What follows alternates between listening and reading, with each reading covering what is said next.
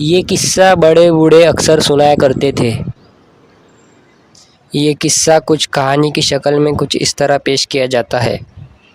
ایک بادشاہ تھا، کسی ملک پر حکومت کرتا تھا۔ بادشاہ کی زندگی نہایت پرسکون اور اچھی گزر رہی تھی، مگر کچھ عرصہ سے وہ ایک عجیب الجھن کا شکار تھا۔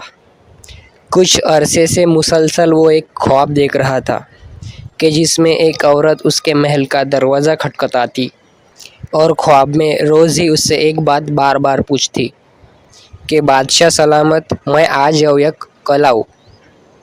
بادشاہ کو اس خواب نے مسلسل 3 مہینے تک پریشان کر رکھا تھا۔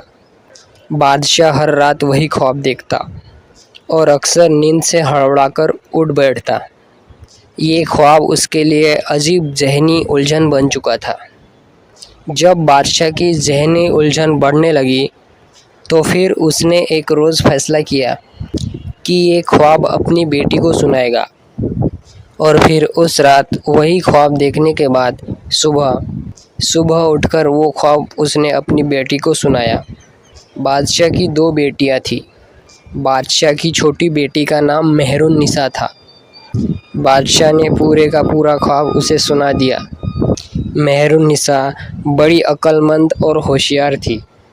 وہ بادشاہ کا خواب سننے کے بعد کہنے لگی، ابا حضور، آپ کا خواب واقعی الجھن میں مبتلا کر دینے والا خواب ہے، مگر میں اس کی تعبیر کسی حد تک بھاپ چکی ہوں۔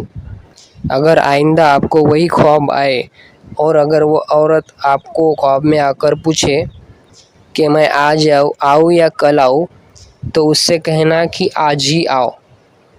بادشاہ نے بیٹی کی بات سن کر سر ہلا دیا۔ بادشاہ کو اس کی عقل مندی پر پورا بھروسہ تھا۔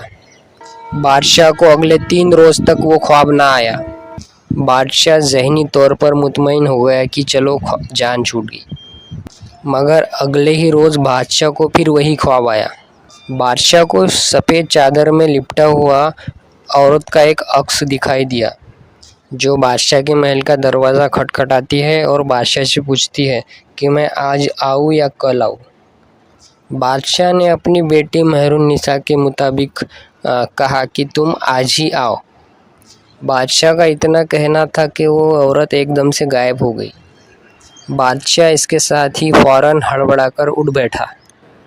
بادشاہ سمجھ نہیں پا رہا تھا کہ آج کی یہ معمہ کیا تھا۔ صبح اٹھتے ہی سب سے پہلے اپنی بیٹی مہر النساء کو رات کے بارے میں جو ایک خواب تھا وہ خواب بتایا کہ میں نے تمہاری مطابق اس عورت سے کہہ دیا ہے کہ تم آج ہی آؤ۔ مہر النساء نے باپ کی بات سن کر کہا، ابا حضور، آپ نے جو کیا ہے بالکل اچھا کیا ہے، آپ فکر مت کریے، سب کچھ بھلا ہی ہوگا، اللہ نے چاہا تو مشکلیں آسان ہوں گی۔ اس واقعہ کو کئی روز گزر گئے۔ بادشاہ اس واقعے کو بالکل بھول چکا تھا۔ بادشاہ کا راجیہ بہت ہی خوشحال تھا۔ بادشاہ کے راجیہ کے لوگ اس کے نیائے کے لیے اس کے پرتی بہت خوش تھے۔ لوگوں کی زندگی بہت خوشحال چل رہی تھی کہ ایک دن اچانک بادشاہ کو اطلاع ملی، بادشاہ کے پڑوسی ملک نے بادشاہ پر حملہ کر دیا ہے۔ بادشاہ یہ بات سن کر پریشان ہو گیا اور سخت گھبرا گیا۔ وہ اس قسم کے حملے کے لیے بالکل ذہنی طور پر تیار نہیں تھا، کیونکہ بادشاہ امن پسند تھا۔ بادشاہ اس ملک کے بادشاہ سے جوابی طور پر لڑنے کے لیے بالکل تیار نہیں تھا، مگر پھر بھی بادشاہ کی فوج کے پاس جوابی طور پر لڑنے کے علاوہ کوئی راستہ نہیں تھا، مگر زیادہ دیر تک دشمن کے آگے اس کی فوج ٹھہر نہ سکی۔ اب بادشاہ کے پاس بھاگنے کے علاوہ کوئی چارہ نہیں تھا۔ جب اس کی فوج ہارنے لگی اور ہتھیار ڈالنے لگی تو بادشاہ نے اپنی بیٹی کو ساتھ لے کر وہاں سے بھاگنے کا ارادہ کیا۔ دشمن کی فوج نے بادشاہ کے محل کی اینٹ سے اینٹ بجا دی اور اس کے محل پر قبضہ کر لیا۔ بادشاہ نے محل کے خفیہ راستے سے راہ فرار چنی اور اپنی بیٹی مہر النساء کو لے کر اسی خفیہ راستے سے محل سے باہر نکلا اور سرنگ میں سے چھپتا چھپاتا جا کر جنگل میں نکل گیا۔ بادشاہ اور اس کی بیٹی غم سے نڈال، محل سے باہر جانے کا غم، چلتے چلتے اور اس مصیبت سے تھکن سے چور ہو چکے تھے۔ پیر دکھنے لگے، پاؤں میں چھالے پڑ گئے، مگر خوف تھا کہ کہیں دشمن آ کر انہیں پکڑ نہ لے، اس لیے بھاگتے چلے جا رہے تھے۔ بادشاہ اپنی بیٹی کو ساتھ لیے اسی دن جنگل میں سارا دن بھاگتا رہا، بھاگتے بھاگتے یہاں تک کہ شام ہو گئی۔ شام کے قریب وہ اپنے ملک کے سرحد کے ایک گاؤں میں جا پہنچا۔ اس گاؤں میں ایک آدمی رہتا تھا جو کسی زمانے میں بادشاہ کے محل میں بطور ملازم کام کر چکا تھا، اور بادشاہ اس سے خوش ہو کر اس کو انعام و اقبال سے نوازتا تھا۔ بادشاہ اس گاؤں میں اس آدمی کے دروازے پر جا پہنچا۔ دروازہ کھٹکھٹایا، پرانے شاہی ملازم نے دروازہ کھولا۔ وہ بادشاہ اور اس کی بیٹی کو دیکھ کر بہت خوش ہوا، خوش دلی سے استقبال کیا اور اپنے گھر میں لے کے گیا۔ بادشاہ کی آؤ بھگت کی، اسے پانی شربت پلائے اور پھر آنے کا ماجرا پوچھا۔ بادشاہ نے اسے سارا واقعہ سنا دیا کہ کس طرح دشمن نے اس کے محل پر قبضہ کر لیا ہے اور وہ دونوں باپ بیٹی جان بچا کر وہاں سے بھاگ نکلے ہیں۔ شاہی ملازم نے جب بادشاہ کا یہ واقعہ سنا تو کچھ دیر کے لیے تو خاموش ہو گیا، پھر کہنے لگا، بادشاہ سلامت، میں آپ کا پرانا ملازم ہوں، آپ کے مجھ پر بے تحاشا احسانات ہیں۔ یہ غریب خانہ میرا آپ کے لیے حاضر ہے، آپ جتنا عرصہ چاہے یہاں قیام کر سکتے ہیں، میرے لیے کوئی مشکل نہیں ہوگی۔ یہ میری خوش قسمتی ہے کہ میں آپ کی کچھ مدد کر سکوں۔ بادشاہ اس کی بات سن کر بہت خوش ہوا کہ دشمن سے جان بھی بچی اور رہنے کے لیے ایک اچھی پناہ بھی مل گئی۔ پرانے ملازم نے بادشاہ کے لیے ایک کمرہ تیار کر دیا اور وہاں رہنے کے لیے انتظام کر دیا۔ بادشاہ کی بیٹی بادشاہ کے ساتھ تھی۔ رات میں ملازم نے اچھے کھانے کا انتظام کیا۔ بادشاہ اس کے اس عمل سے بے انتہا خوش تھا۔ رات کو بادشاہ سونے کے لیے لیٹا تو اسے نیند نہیں آ رہی تھی، اس کا ذہن سوچوں میں گم تھا۔ بادشاہ کو اپنا محل یاد آنے لگا کہ کل تک ملازم، نوکر چاکر اور ہر خدمتگار ہر وقت خدمت کے لیے تیار، مگر آج یہ حالت ہے کہ ایک گاؤں میں ایک آدمی کے گھر پڑا ہوں اور اس کے رحم و کرم پر ہوں۔ بادشاہ کے دل میں یہ بھی خیال آیا کہ میں نے آج تک کوئی برا عمل نہیں کیا، پھر میرے ساتھ ہی ایسا کیوں ہوا؟ قسمت نے ایسا پاسا پلٹا تھا کہ ایک دم دنیا ہی ساری بدل گئی تھی۔ اور پھر اچانک اسے ساتھ والے کمرے سے کچھ آواز آئی۔ اس دوران مہر النساء سو رہی تھی۔ بادشاہ بڑا حیران ہوا کہ اتنی رات میں باتیں کی آواز، کون باتیں کر رہا ہے، باتوں کی آواز کہاں سے آ رہی ہے؟ اس کا چونکنا اپنی جگہ درست تھا، باتوں کی آوازیں ساتھ والے کمرے سے آ رہی تھی۔ پھر اس نے دیوار کے ساتھ کان لگا کر باتیں سنی۔ بادشاہ کا وہی پرانا شاہی ملازم کسی سے کہہ رہا تھا، یہ مصیبت اب پتہ نہیں کتنے دن ہمارے گھر پر رہے گی، یہ اب بادشاہ نہیں بلکہ فقیر ہو چکا ہے۔ بادشاہ کو اس کی بات سن کر بہت دکھ ہوا۔ جواب میں کسی عورت کی آواز آئی جو یقیناً اس کی بیوی تھی۔ اگر یہ فقیر ہو چکا ہے تو اسے گھر میں کیوں ٹھہرایا ہے؟ وزیر نے جواب میں کہا، اس آدمی کا نمک میں نے کھایا ہے اور اس کے مجھ پر بے شمار احسانات ہیں، یہی سوچ کر میں نے اسے گھر میں ٹھہرنے کی اجازت دی ہے۔ بیوی کہنے لگی، 2-4 دن خدمت کرو اور پھر چلتا کرو، یہ کہہ کر رخصت کر دینا کہ ہم آپ کو یہاں نہیں رکھ سکتے، ہمارے حالات اتنے اچھے نہیں ہیں کہ آپ کی مہمان نوازی کر سکے۔ بس بابا، میں تو اس سے زیادہ ان کی خدمت نہیں کر سکتی۔ وزیر بولا، ارے بھاگوان، کچھ صبر سے کام لو، چلتا کرنے میں بھی کچھ وقت لگے گا، ایک دم تو دھکے دے کر نہیں نکال سکتا، بس 1-2 دن کی بات ہے، پھر کوئی ایسا بہانہ گھڑوں گا کہ بادشاہ کو یہاں سے چلتا کروں گا۔ بادشاہ کو وزیر کی اور اس کی بیوی کی گفتگو سن کر بے انتہا دکھ ہوا۔ یہ وہی وزیر تھا، یہ وہی پرانا ملازم تھا جسے بادشاہ معمولی باتوں پر ڈھیروں انعام سے نوازا کرتا تھا۔ وہ چاہتا تو بادشاہ کو ساری زندگی اپنا مہمان رکھ سکتا تھا، مگر وہ گرگٹ کی طرح آنکھیں بدل چکا تھا۔ اب بادشاہ کے سامنے اپنے برے حالاتوں کا رونا رو کر بادشاہ سے جان چھڑانا چاہتے تھے، اور ملازم اور اس کی بیوی نے ایسا بہانہ بنانے والے تھے کہ بادشاہ کو گھر سے چلتا کرے۔ بادشاہ مایوس ہو کر بیٹھ گیا۔ وہ جانتا تھا کہ اب اس کے برے حالات شروع ہو چکے ہیں، اس لیے وزیر بھی اس سے آنکھیں پھیر رہا ہے۔ اس میں اس کا کوئی قصور نہیں، دنیا اسی کا نام ہے۔ بادشاہ کی آنکھوں میں دکھ سے آنسو آ گئے۔ وہ رات اس نے کروٹیں بدلتے ہوئے گزاری۔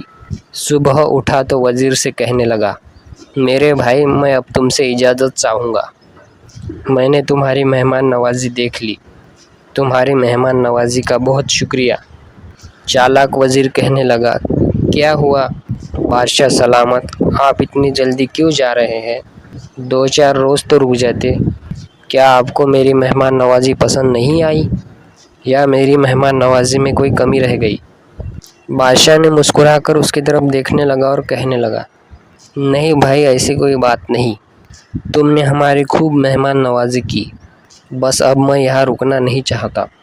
پھر بادشاہ نے کہا کہ مجھے بھیس بدلنے کے لیے کچھ چیزیں چاہیے، وہ مجھے دلا دو۔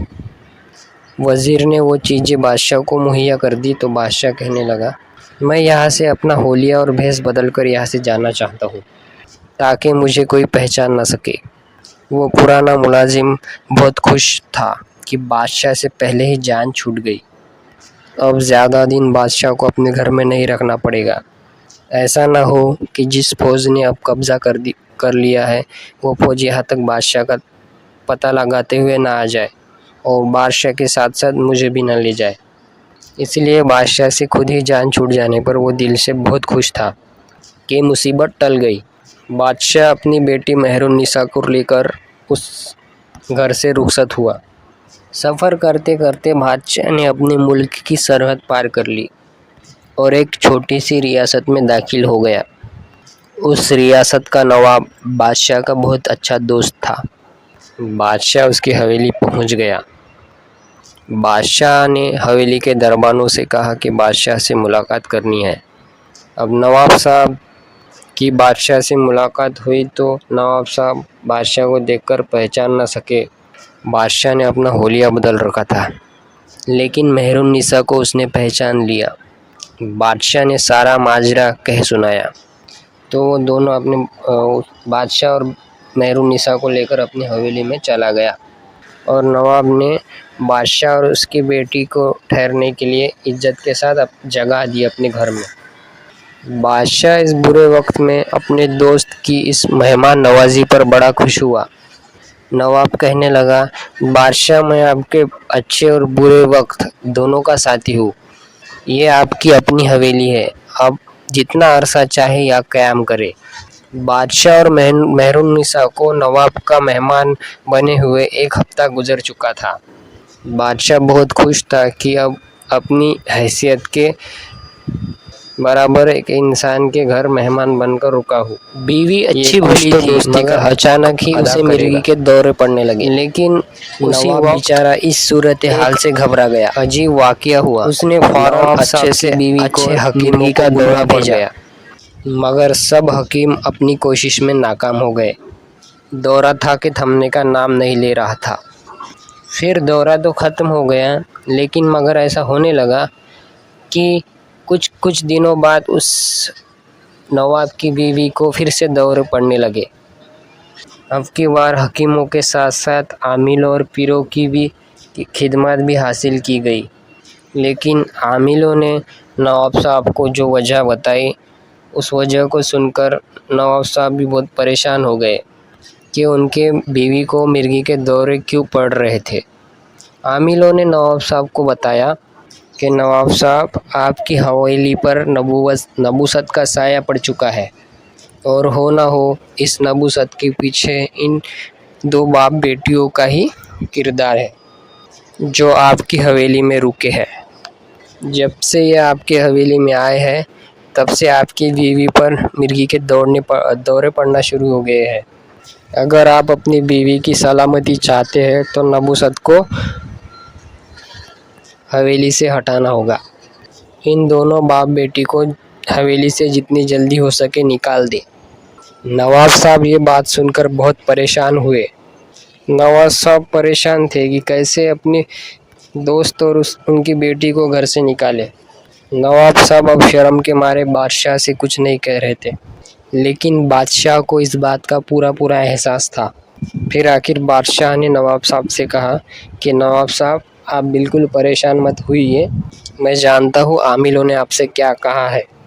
میں آج ہی آپ کی حویلی سے رخصت ہو جاؤں گا اور اپنی تمام نبوست کو یہاں سے لے جاؤں گا۔ نواب صاحب چاہنے کے باوجود بھی بادشاہ اور اس کی بیٹی کو روک نہ سکے۔ بادشاہ دکھی دل کے ساتھ اپنی بیٹی کو لے کے نواب کی حویلی سے نکلا۔